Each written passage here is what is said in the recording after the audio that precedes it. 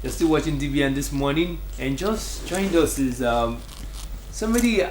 He goes by the name Fred. His other name is what I'm trying to decipher. I don't actually know the part of Nigeria that he actually hails from. Let me try that.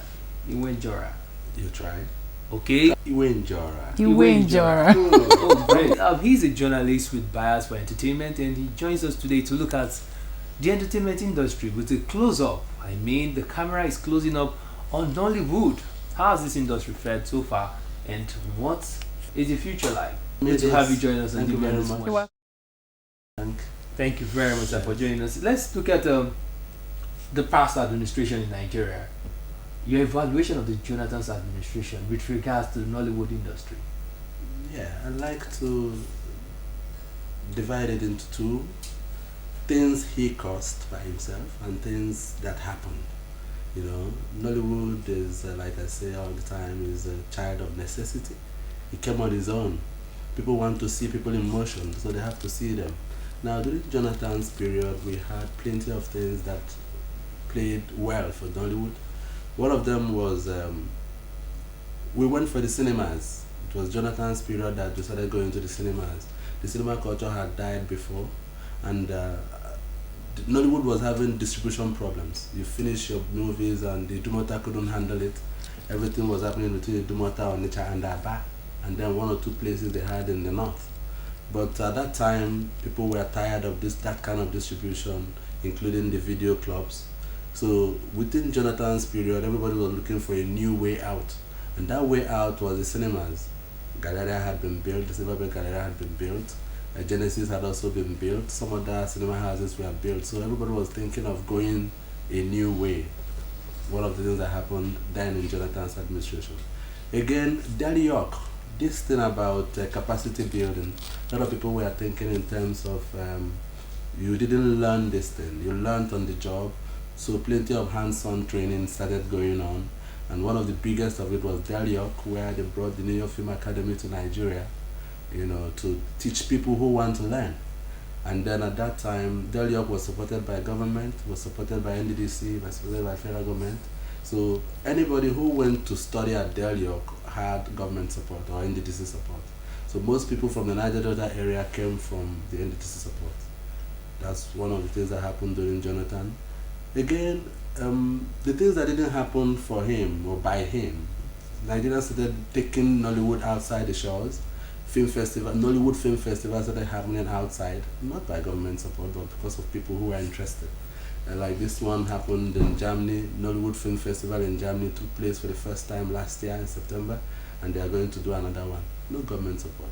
But if you want to now talk about what the things that happened by government support, apart from Delhi York, there is this funding by government through the Bank of Industry to be assessed by filmmakers in Nigeria. Was it specific for filmmakers or the entertainment industry? No, it was specific for filmmakers, because the entertainment industry is very wide. They include the arts as well. If you want to include music, music is on its own.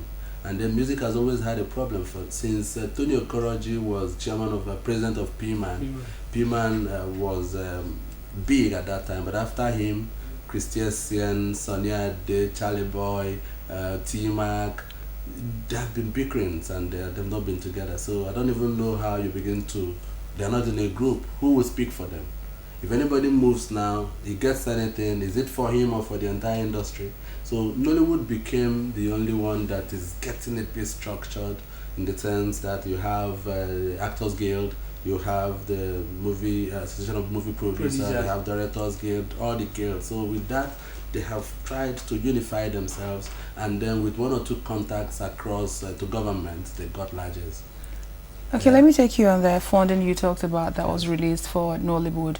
The guild you just mentioned, is this fund, inclusive of the ones, or is just basically for Nollywood industry actually? Yeah, the guilds I'm talking about are Nollywood guilds. That's what I'm saying. So it's for filmmaking. I remember the statements that brought them out when they were talking with the Bank of Industry to talk about filmmaking, how to make Nollywood bigger than it is now. So I didn't hear them talk about entertainment generally. But again, to assess this fund, the fund is there. Who assesses You it? did? So where is the grants, if I may ask? The fund is there with the Bank of Industry. You can't just dash anybody money. You go do the paperwork. If you do the paperwork, and that's a problem for Nigerians, doing the paperwork, doing a feasibility study, facing it, going. You can't come share the money around. If you go to the Bank of Industry and now say you want to make a film and you have a good projection and capital outlay and how you're going to recoup the money, after all, I think it's a loan. It's not just dash.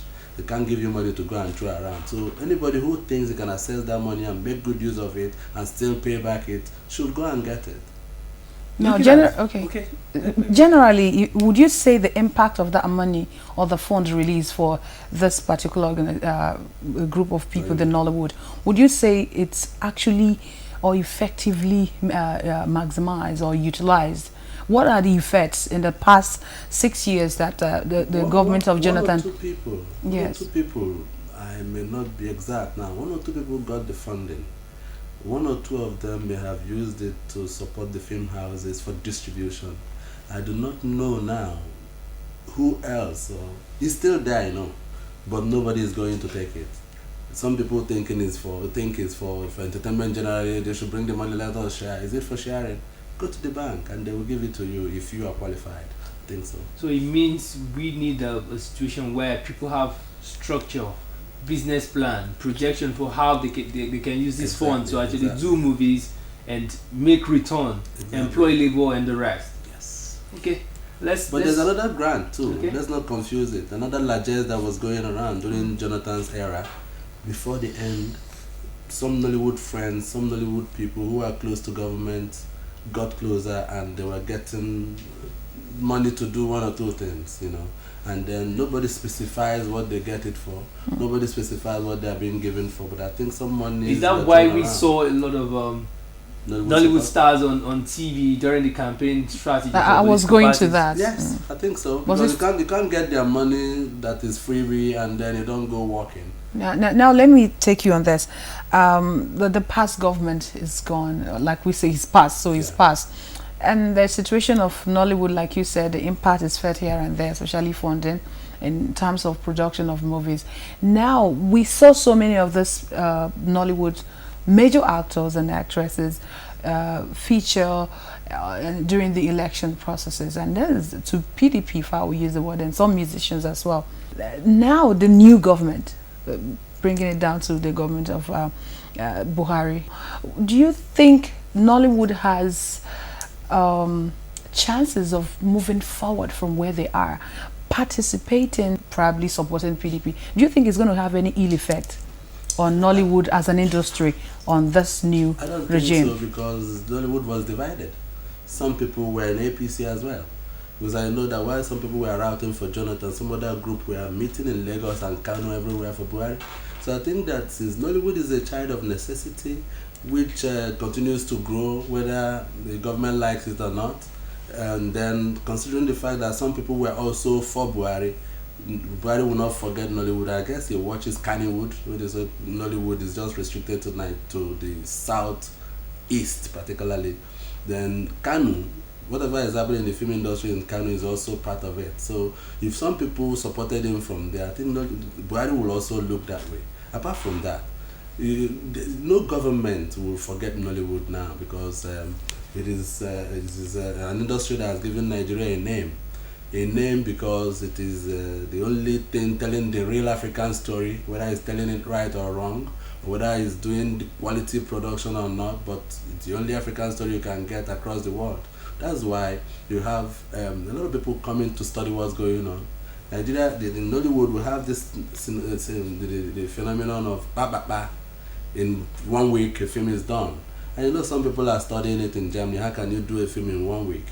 So it's something that has linked up to the world, and everybody will be keen into it, whether it's good or bad.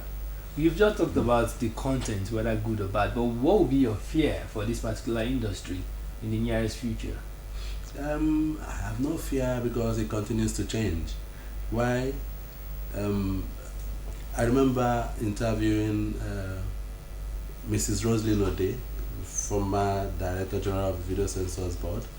I said, with this thing going on, do you think it's going to die? She says, no, it's only evolving, it's only changing. Everywhere you go, there is this commercial tendencies to make films and make music for the people, and there is also intellectual production. So you choose where you want to belong. If you were one of those people who make films for everybody, Tom, Dick and Harry in the streets, you make for them. And if you want to also make a film that can edify, that can go farther than you are thinking, you can also do that. So there is a future. It's not going to die. It's going to change. Okay. Now, Yes.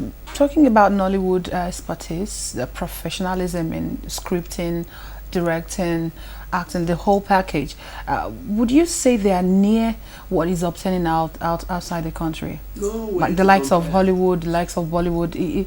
Would you say they are near the kind of professionalism that is being displayed by those other countries? I don't compare. I don't want to compare it because there's no need to. You know, those people that you think about in Hollywood invest even in the cameras. They invest in the productions. They invest in everything and they organize it. We are not. We haven't. And are we even going their way? We mustn't go their way to succeed anyway. But if you want to compare, they are not nearing them at all. But some people want to get close. But will you get close to 20th Century Fox for many, many years of being there?